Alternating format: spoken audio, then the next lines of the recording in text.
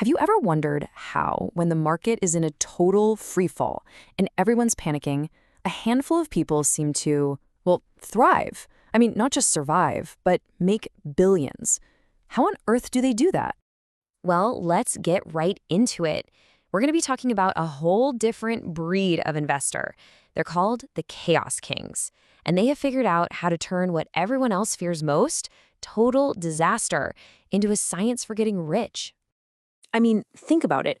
Most of us, right, we build our savings hoping for things to be stable and predictable. Slow and steady wins the race. But these guys, they've achieved what some have called rock star status by betting on the exact opposite. They aren't hiding from the storm, they're sailing right into it. So, who are the brains behind this completely radical way of thinking? Let's meet the two key masterminds. Okay, so you've basically got two sides of the same coin here. On one side, there's Nassim Nicholas Taleb. He's the thinker, the philosopher, the guy who came up with the core ideas. And then you have Mark Spitznagel. He's the trader, the practitioner, the one who takes these wild theories and actually puts them to work with billions of dollars at his firm, Universa.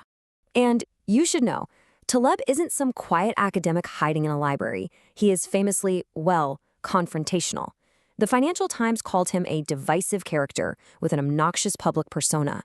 His ideas are as provocative as he is. So what is this powerful idea that's driving their whole strategy? It really all boils down to one central concept: the black swan. So the black swan. For centuries, literally centuries, everyone in the Western world was 100% certain that all swans were white. It was just a fact of life. And then explorers got to Australia and found black swans. It completely shattered a belief that was held for generations. And for Taleb, that was the perfect symbol for the world we actually live in. So a black swan event has three key ingredients. First, it's a total surprise. Nobody sees it coming. Second, its impact is massive, completely game-changing. And third, and this is a big one, after it happens, we all look back and create stories to convince ourselves it was predictable all along. You know, things like the 2008 financial meltdown or the start of the pandemic. So to deal with a world full of black swans, Taleb came up with this brilliant idea: anti-fragility.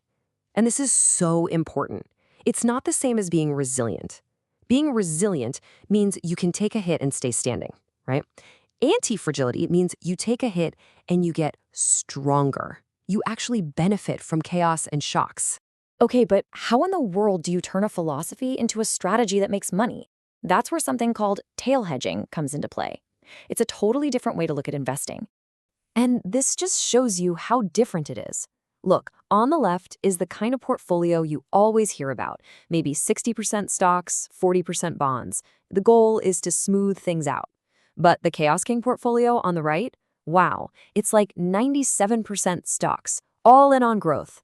And then this tiny little 3% slice is set aside for something very, very specific, those tail risk hedges. So here's the magic trick. That little 3% is used to buy something called deeply out-of-the-money put options. The best way to think of them is as elaborate lottery tickets. They're super cheap bets that something absolutely catastrophic will happen to the market. Now, if the market has a good year and goes up, your 97% grows nicely, and you lose that small 3% you paid for the tickets. No big deal. But if a black swan hits and the market implodes, those cheap lottery tickets can suddenly become worth an absolute fortune, exploding in value and making you mind-blowing amounts of money. But here's the catch, and it's a psychological one. As Spitznagel's mentor famously said, you gotta love to lose.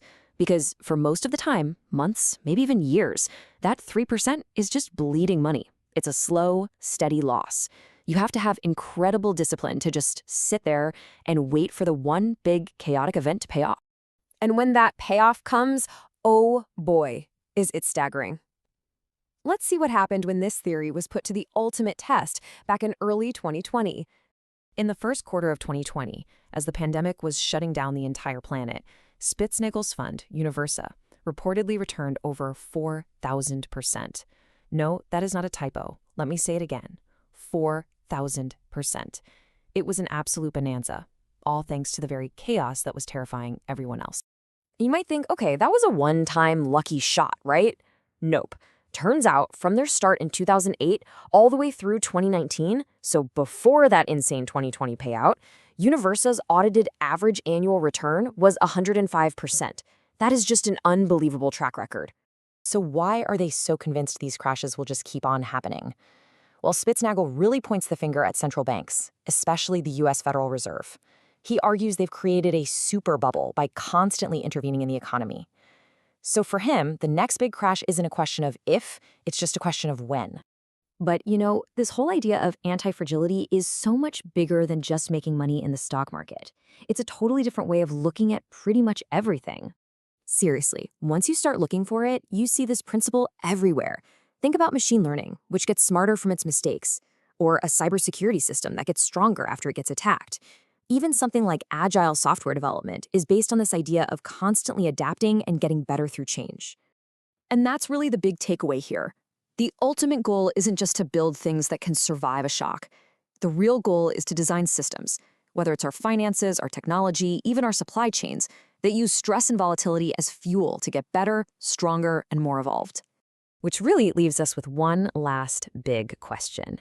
We spend so much of our time trying to make everything around us stable and predictable and efficient. But in a world that's filled with black swans, maybe the most important question we should be asking is this: is anything we're building truly prepared for chaos?